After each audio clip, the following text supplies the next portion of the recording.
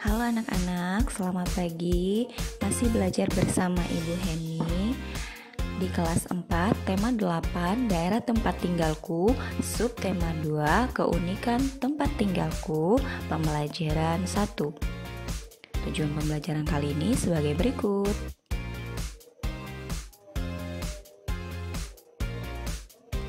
Aku berasal dari Yogyakarta. Daerah asalku memiliki ragam keunikan tersendiri.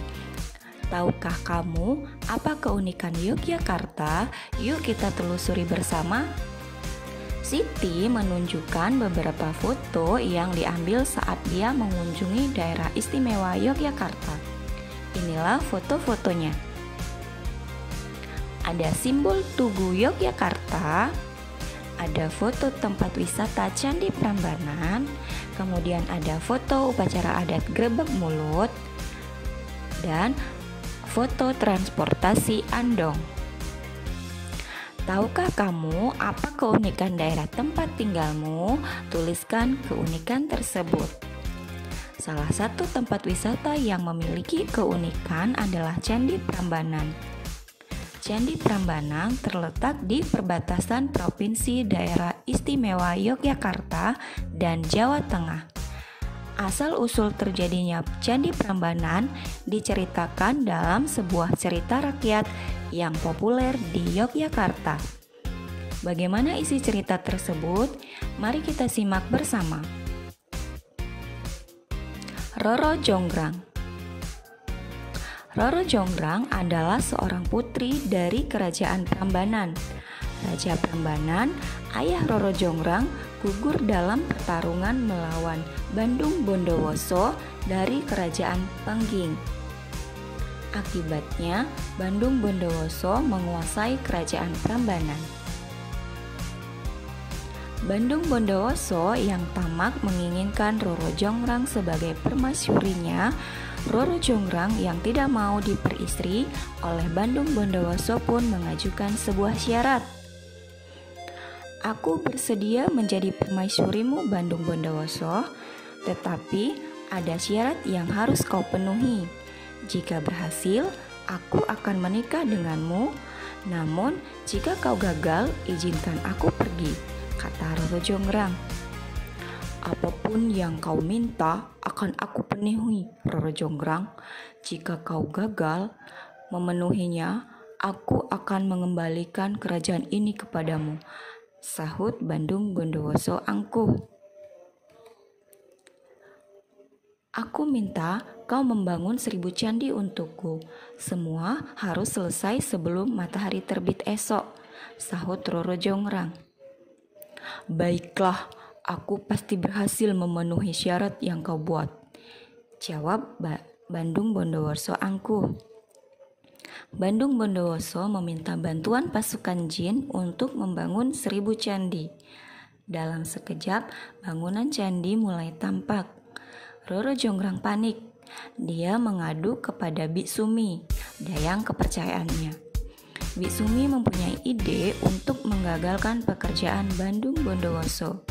Dia segera memerintahkan para dayang untuk menumbuk lesung dan membakar jerami. Suara lesung bertalu-talu dan semburat api yang memerah di langit membuat suasana seperti pagi hari. Ayam-ayam jantan berkokok bersahut-sahutan. Mendengar kokok ayam jantan, pasukan jin terkejut. Hari sudah pagi, kami harus pergi, teriak pasukan jin sambil bergegas meninggalkan Bandung Bondowoso dan candi-candi yang telah mereka bangun. Roro Jonggrang mendatangi Bandung Bondowoso. Roro Jonggrang segera menghitung candi-candi yang sudah selesai. Candi-candi ini hanya ada 999, kurang 1 candi, kata Roro Jonggrang kepada Bandung Bondowoso. Bandung Bondowoso tidak percaya dengan perkataan Roro Jonggrang. Dia segera menghitung banyak candi dan ternyata memang benar hanya ada 999 candi. Bandung Bondowoso marah besar. Aku tidak akan kalah, Roro Jonggrang. aku akan mendapatkan 1000 candi seperti yang kau inginkan. Kenyataannya, candi yang kau buat kurang 1. Bandung Bondowoso, kau tetap harus menepati janjimu, sahut Roro Jonggrang. Kalau begitu, akan kuubah kau menjadi candi ke-1000. Dengan kesaktiannya, Bandung Bondowoso mengubah Roro Jonggrang menjadi patung batu. Batu itulah yang menjadi candi ke-1000. Candi-candi itu hingga kini masih berdiri tegak di wilayah Prambanan.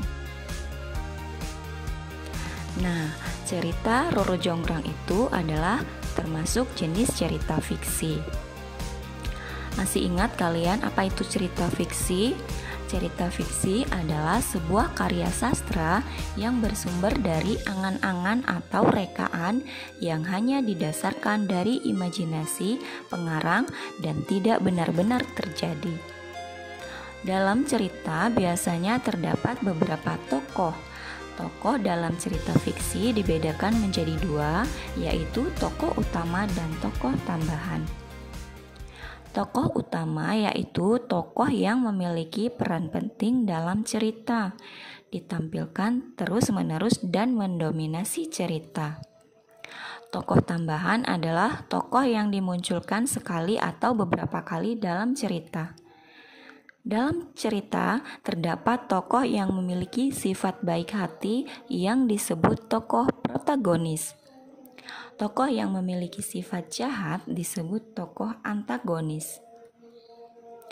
Candi Prambanan adalah salah satu tempat wisata yang selalu dipadati wisatawan. Oleh sebab itu, kebersihan kawasan Candi Prambanan harus selalu dijaga. Pengelola selalu mengupayakan kebersihan kawasan candi. Saat Siti berwisata ke Candi Prambanan, dia melihat petugas kebersihan membersihkan kawasan candi. Ingatkah kamu tentang gaya? Gerakan mendorong atau menarik yang menyebabkan benda bergerak disebut gaya. Gaya dapat mempengaruhi gerakan benda. Berikut beberapa macam pengaruh gaya terhadap gerakan benda. Gaya dapat mempengaruhi benda diam menjadi bergerak. Kemudian, gaya juga dapat mempengaruhi benda bergerak menjadi diam. Kemudian, gaya dapat mempengaruhi benda bergerak lebih cepat atau lebih lambat. Gaya dapat mempengaruhi arah gerak suatu benda. Nah, tugas kalian di rumah, jawablah pertanyaan berikut. 1. Apa yang dimaksud dengan cerita fiksi? Kemudian jelaskan. 2. Sebutkan tokoh utama pada bacaan berjudul Roro Jonggrang di atas.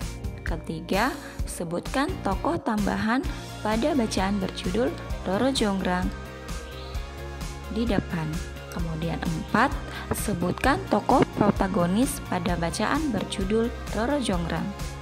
Sebutkan siapa tokoh antagonis pada bacaan berjudul Roro Jonggrang. Bisa dimengerti ya anak-anak? Terima kasih dan selamat belajar.